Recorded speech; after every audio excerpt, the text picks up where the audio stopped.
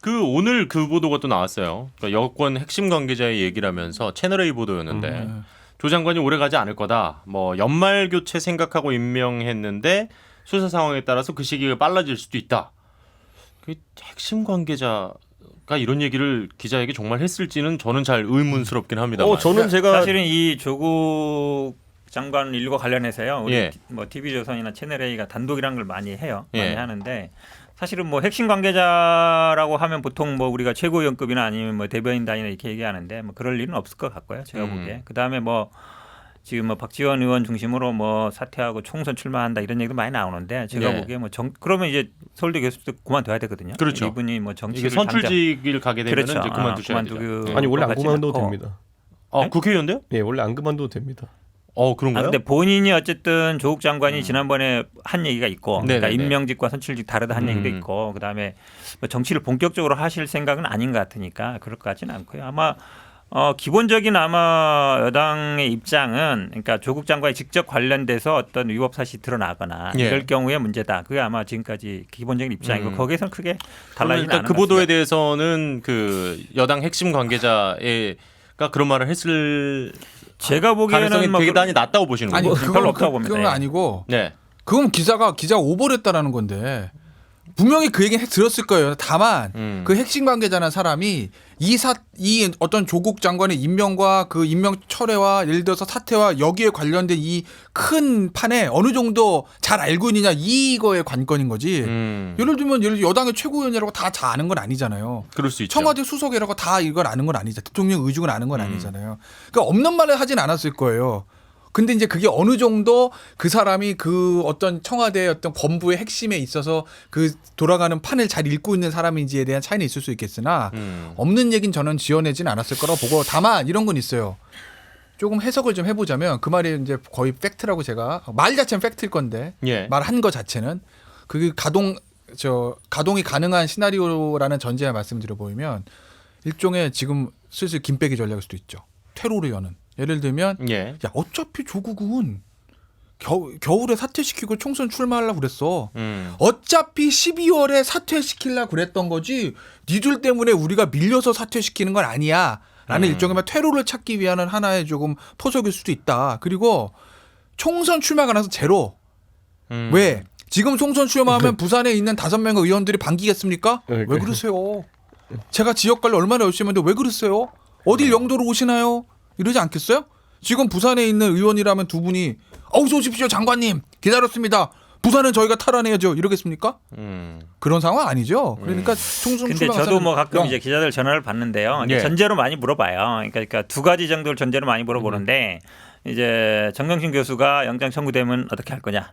예. 그다음에 조국 장관이 기소되면 어떻게 할 거냐라는 거 당에서 어떻게 생각하냐는 걸 많이 물어보는데 그런 얘기를 대부분 들으면 당에 있는 분들은 그거는 사실은 가정을 전제로 한 거다. 그렇죠. 그렇죠. 그리고 수사 결과 아직 나온 것도 아닌데 너무 앞서가는 거 아니냐라고 대답하는 게 원론적인 대답이에요. 예. 그런데 당의 핵심 관계자가 사실은 그런 걸 전제로 해서 미리 얘기한다. 제가 보기에는 잘 납득이 안 가요. 그리고 네. 이제 이 안에서 사실 여권은 이렇게 코를 풀어도 좀 코가 아프고 저쪽을 풀어도 아픈 그런 상황이 왔거든요. 예. 그러니까 본인들이 스스로 발을 빼는 모양새를 취하면은 지금까지 이 전선에서 앞장서 싸워왔던 뭐 온갖 가짜 뉴스까지 동원해 싸워왔던 핵심 지지층이 이탈할 수밖에 없어요. 그렇기 때문에 그게 부담스럽고 반대로 여기서 계속 유지하자니 중도층이 이탈하는 것이 너무 가시화된 수치로 나오고 있고 이러다 보니까 진퇴양난인데 그래서 이럴 때 필요로 하는 것이 야당이 자기들 코를 파주면 되거든요. 예. 근데 사실 그게 지금 차단됐어요. 왜냐하면 그 부분을 할 수 있는 방법 중에 하나는 해임 건의안을 냈을 때 70시간 내로 사실 표결에 들어가야 되는 것이고 그럼 민주당 내에서 반란표 한 10표 20표만 넣으면 통과되거든요. 예. 그러니까 그런 상황을 가장 기대했을 거예요. 내심으로는. 야당이 우리한테 조국 빼라 그래가지고 우리가 뺐다라는 얘기가 싶었을 텐데 그 길이 지난주로 완전히 막혔습니다. 왜냐하면 사실상 그 나경원 대표, 오신환 대표의 공조가 어떻게 되어 있냐면은 그 국정조사를 받아라. 그거는 그 뒤의 일이다. 예. 그리고 자유한국당이 좀 뜬금없는 짓을 오늘 좀 했는 게 뭐냐면요. 갑자기 직무정지 가처분을 때립니다. 그러니까 그거를 하는데 이건 사실 말이 안 되는 거예요. 이거는 예, 예. 뭐 그건 진짜 의아한 조국 거예요. 그러니까 그게 뭐냐면은 우리는 조국을 싫어한다. 예. 그런데 여당이 원하는 형태로 사실 정치인들이니까 그렇죠, 그분들이 원래 전직이 변호사가 뭔가와 관계없이 그분은 정치적으로 푸는 게 첫 번째 과제예요. 네. 근데 거기서 갑자기 법원한테 떠넘긴다. 너희들이 원하는 대로 해줄 수는 없지. 아니, 나도 우리가. 그거 궁금한 게 그걸 예. 법원에 떠넘긴 건 뭐냐면은 헌재- 이거는 아니 이건 헌재다 가처분 했어, 때리잖아요. 예. 가처분 때리는 100% 기각입니다. 이건 제가 봤을 때. 왜냐면 뭐 각하지 각하. 뭐 각하잖아요. 그런데 그거를 때린 이유 뭐냐면은 어쨌든 우린 조국을 싫어해라는 것을 자기 지지층한테 우리 뭔가 하고 있어라는 걸 지지층한테 알리는 대신에 이 전국이 지금 단절되는 것은 원하지 않는 거죠. 그러니까 저는 아하. 이 의도를 정치적으로는 나쁘지 않은 수다. 예. 근데 지금 상황에서 정치인들이 이런 게 있잖아요. 그 아끼다 뭐 된다라는 말 있는 것처럼 네네. 사실 예전에도 보면 서훈 국정원장 양절청 건 떠졌을 때 정보위 열어 가지고 좀 캐묻고 이렇게 하는 적기가 있었음에도 불구하고 그거 안 하고 뭐 다른 걸 만들어서 하자 이러다가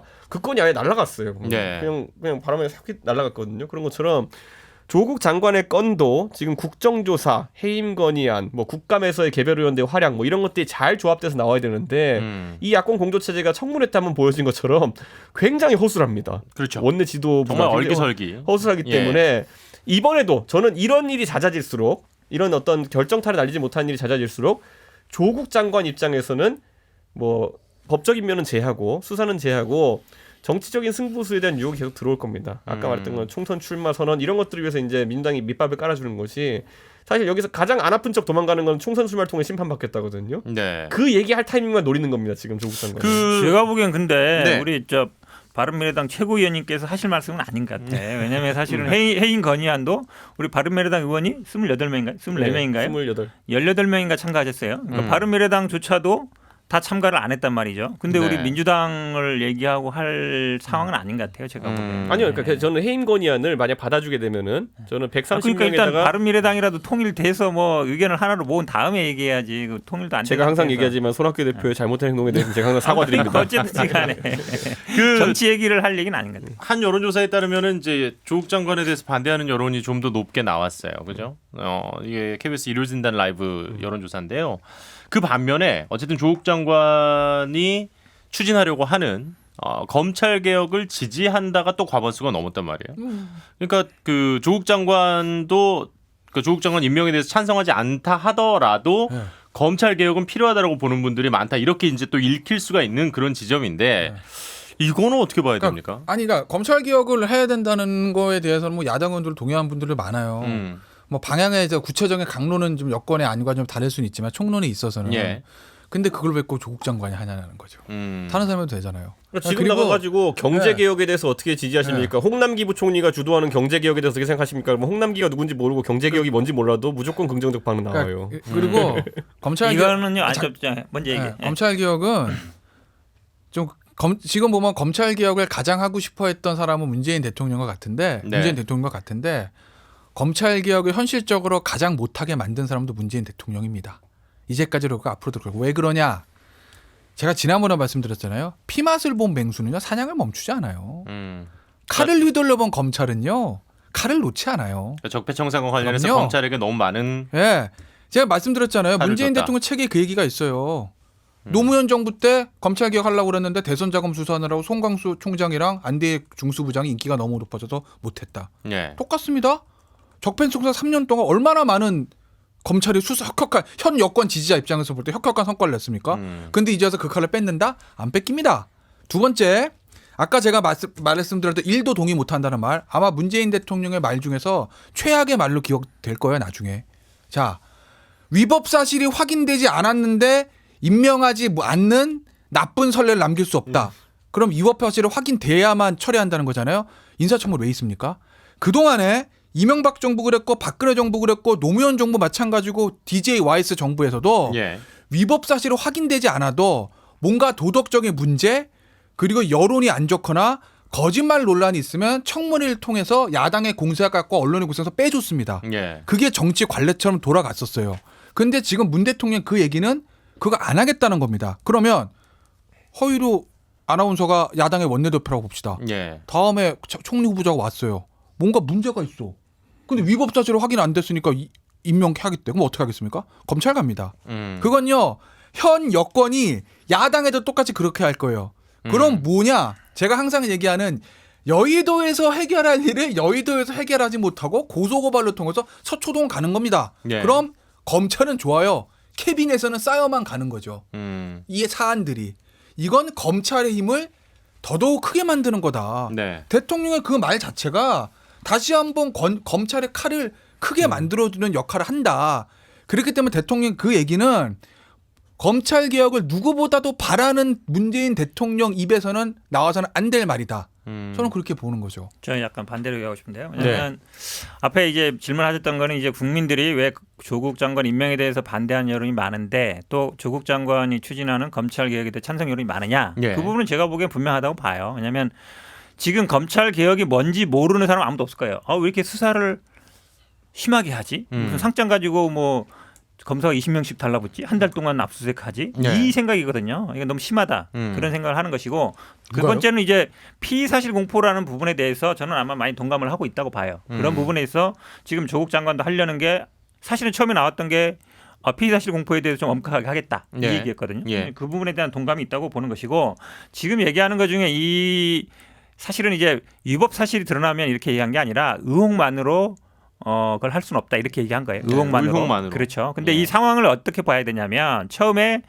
이게 인사청문회가 다 끝나고 위법 이런 사실로 확인되지 않았는데 의혹만으로가 맞을 그렇죠. 거예요. 그렇죠. 정확하게 얘기하면 그건데 사실은 이 상황이 굉장히 이례적인 상황이었어요. 일반적으로는 인사청문회를 하고 그 다음에 어떤 의혹이 해소 안 되면 고소고발을 해서 이제 수사를 하든가 말든가 이런 상황이었는데 예. 사실 인사청문회 하기 전부터 압수수색 들어가고 수사를 했단 말이죠. 그렇죠. 만약에 이렇게 된다 그러면 사실 고소고발도 자유한국당에서 먼저 했습니다. 네. 그러면 예를 들어서 인사청문회가 그래서 의미가 있느냐 없느냐 이게 나왔던 건데 그럼 예를 들어서 다른 장관 후보가 딱 임명이 됐어요. 네. 그럼 임명되고 나서 인사청문회 할 때까지는 한 달 정도 시간이 있거든요. 그렇죠. 그동안 막 이제 언론 보도 하다가 위법 사실 나오면 당연히 이제 고발할 겁니다 앞으로. 그럼 검찰이 똑같이 만약에 수사에 들어가고 압수수색하면 그럼 또 임명하지 말아야 되느냐? 그러면 사실은 어찌 보면 대통령 인사권뿐만 아니라 국회 인사청문회 자체도 완전히 이제 유명무실해질 우려가 커지는 거예요. 대부분 그 칼자루를 검찰이 쥐게 된다는 것이죠. 그거는 제가 보기에 문재인 대통령이 의도한 것도 아니고 여당이 의도한 것도 아니에요. 어찌 보면. 네. 고소고발을 한국당 했고 그거에 대해서 이제 수사를 할 거냐 말지 할 거냐는 제가 보기에 검찰이 판단했다고 보는데 그런 거에 대한 어떤 우려, 정치. 저도 기본적으로 여의도에서 해결할 문제, 정치에서 해결할 문제가 있고 그다음에 사법 수사기관이 할 문제는 그렇죠. 따로 있다고 봐요. 저는 서초동 갈 게 있고 여의도 갈 게 있다. 저는 예. 이렇게 말씀드리면요. 근데 정권이 지금 그러면 운영의 묘를 잘했냐 했어가지고 조국 장관은 총체적 난국이었다고 제가 생각하는 게 이분이 민정수석 그만둘 때부터 그리고 그만두기 전부터 본인이 정치 활동을 하기 시작합니다. 그래서 뭔가 작전이 걸렸구나라는 거는 우선 좀 상식적인 사람들은 다 알 거예요. 왜 민정수석이 대일 관계에 있어가지고 이렇게 말을 많이 하지? 뭔가 마지막 수순에는 정치 활동에 뛰어들려는 게 있었겠거니 하면서 여기서 이제 민정수석을 그만뒀을 때도 그게 끝이 아니다라는 걸 다 알고 있었죠. 그래서 대부분의 지금 그 좀 이 판국에서 취재를 잘해서 이제 단독 보도 많이 내고 하는 언론사들은 이미 인사청문회가 진행되기 한 달 전부터 별도 팀을 꾸려가지고 이런 제보를 받고 이렇게 언론 취재를 하고 있던 상황이에요. 예. 그러다 보니까 다른 후보자들에 비해 가지고 뭐 취임 자체가 보안이 지켜지지 않았으니까 예. 아까 현근택 변호사가 말했던 것 같은 좀 세밀한 검증이 이루어진 것도 제가 봤을 땐 여권 측의 전술적 실패고요. 근데 그렇게 한 다음에 아까 말했어요. 제가 이미 그 언론의 취재로 인해 가지고 어느 정도 대중이 상당한 그 의구심을 가진 사안에 대해 가지고는 청문회에서 최대한 해명을 하려고 했어야 돼요. 그러니까 조국 장관님 말 잘하고 뭐가 문제입니까? 가가지고 증인도 최대한 불러가지고 대질하는 과정 속에서 많은 국민들이 뭐 들어보니까 말이 되네 이런 식으로 해야 되는데 이번에 민주당이 보였던 행태는 뭐냐면은 아예 증인을 차단했어요. 예. 그리고 그것을 나중에 증인 한 명 당장 운동하고 이사하는 그 예. 어르신 한 분 오신 것만으로 막아놓고는 그 뒤로 오히려 야당을 비웃습니다. 예. 그 원내 전술에서 우리가 승리했다는 식으로. 근데 그렇게 하다 보니까 많은 국민들은 아직까지 그런 자기들이 가졌던 의문상에 대한 해결이 안 됐던 것이고 사실 소통의 부재인데 예. 여권의 전술적 집회 지금 솔직히 말하면 제일 당황할 사람 대한민국에서 문재인 대통령 솔직히 말하면 두 번째 이해찬 대표 아마 속으로는 이럴 줄 몰랐어. 이거 알았는데 알았으면 임명했겠습니까? 대통령이? 근데 아직도 그 명확하게 나온 건 없으니까. 아니 근데 이 정치판 하루 이틀 한 것도 아니고 예. 그럼 보세요. 제가 맞나 안 맞나 보세요. 보세요. 아니 하나만 예로 드릴까요? 사문서 위조 처음 나왔을 때 얘기 나왔을 예. 때 뭐 일각에서는 뭐 다른 어디 라디오 방송 들으니까 뭐 어쩌고 저쩌고 문서 뭐 원본이 없는데 사무소 위조가 뭐가 입증이 되냐 안 되냐 뭐 검찰은 공소장에 날일은 했다고 썼는데 왜 직인 파일을 언론에서 문제 삼네 잘도 되도 않는 소리들 하던데 나왔잖아요. 파일로 했다고 기생충처럼. 김종민 의원이 뭐라 그랬어요? 청문회 때 위조됐으면 책임지시겠습니까? 그 얘기는 뭐냐면 본인은 위조되지 않다고 믿고 물어본 거거든요. 예. 그렇죠. 근데 김종민 의원도 머쓱해졌지 않겠습니까? 이건 뭐냐면 제일 잘못하면 조국 장관이 본인이 최소한 청와대나 여권 핵심한테는 이러이러한 사안이 있으니 우리가 어떻게 방어해야 될까를 털어놨어야 되는데 본인이 얘기를 안 한 거다. 속된 말로 대통령 당한 겁니다. 그러니까 저는 그렇게 봐요. 변호를 하실 그러면 때 핵심적인 걸 얘기해 봐요. 그럼 네? 조국 장관과 관련된 게 뭐가 있는지. 변호하실 때 그러니까 내가 변호를 맡은 사람이 솔직하게 얘기를 안 해주면 변호를 할 수가 당황하죠. 없잖아요. 저는 그러니까 약간 그런 상황으로 보신다는 그렇죠. 거죠 지금. 그러니까 저는 의뢰인 신문할 때도 그러니까 변호사 스타일인데 저는 의뢰인 신문할 때도 많아요. 왜? 내가 납득이 안 되는데 검사 판사를 어떻게 납득시킵니까? 내가 못 믿겠는데 이 얘기를. 왜냐면 나중 가서 이게 뚫리면요 방어가 안 되거든요.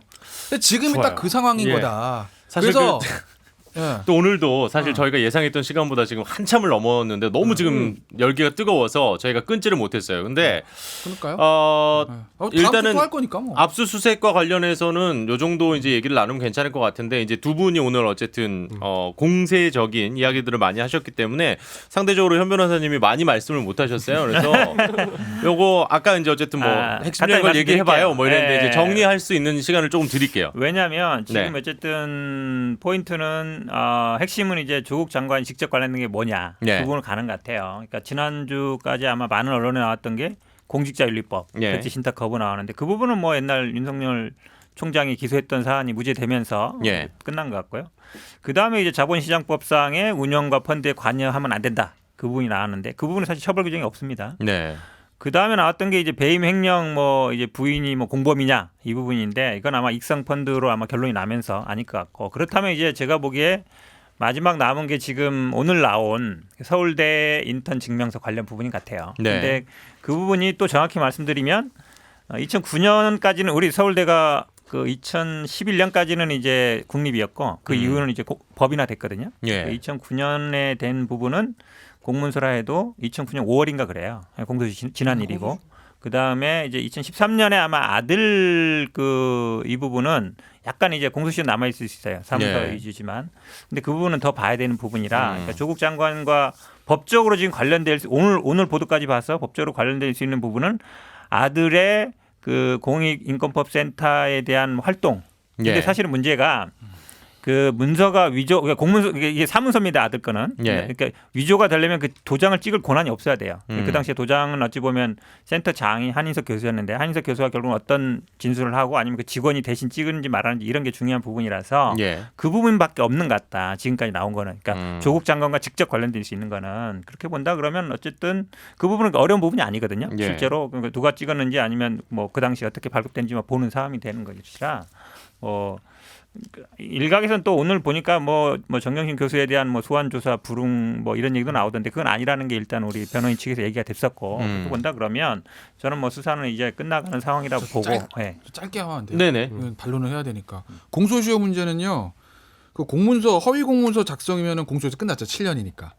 근데 한인섭 교수가 야, 내가 찍긴 찍었는데 내용은 내가 인턴 활동 안 했는데 그렇게 해준 거야라고 하면 허위 공문서 작성이거든요. 네. 내용을 바꾼 거니까. 근데 이제 그거는 공소시효 끝났어요. 문제는 조국 장관 임의로 했다면 공문서 위조가 되는 거예요. 근데 공문서 공소시효 10년이거든요. 네. 2009년 아마 인턴이 5월 이때일 거예요. 그러면 이제 사실은 10년 하면 19년 5월이면 끝났잖아요. 이미. 예. 근데 검찰이 왜 들여다보냐? 그 동양대가 표창장 2012년이었잖아요. 예. 그래가지고 부랴부랴 1시간 남겨놓고 기소한 거잖아요. 예. 근데 나중에 기소하고 나서 파일을 분석을 해보니까 의존할 때. 실제로 의존은 가기 전에 2013년에 만들었다는 거예요. 그럼 사실은 공소 지금 1년 넘게 남은 거거든요. 그렇네요. 그러니까 아마 검찰은 그 인턴 증명서는 2012월에 5월 달에 인턴한 게 맞는데 고대 입시에 활용하기 전이라면 고대 원서 접수하기 직전에 냈을 수도 있는 거라고요. 그러니까 공소시효가 아직 며칠 남아있을 가능성이 있어요. 그러니까 그건 봐야 되는 거고 가장 중요한 자본시장법 지난번에도 얘기했는데 제가 아마 다음 주에 요 얘기를 다 할 수 이번 주에 뭐가 있을 것 같아서 제가 지금 미리 말씀드리는 건데 네. 익성 얘기하셨잖아요. 익성 코링크 피의에 관련된 이 큰 거대한 그림 예. 여기서 일단 이름 얘기해도 되죠. 오촌 네네. 조카 조범동 씨가 주범이 이미 돼서 나왔으니까요. 예. 자본시장법에 부정거래하고 미공개 정보 이용, 그다음에 시세 조정한 거 자체는 맞는 것 같아요. 겉으로 드러난 건. 관건은 뭐냐? 정경심 교수가 피해자냐 아니면 공모자냐, 이가 관건이거든요.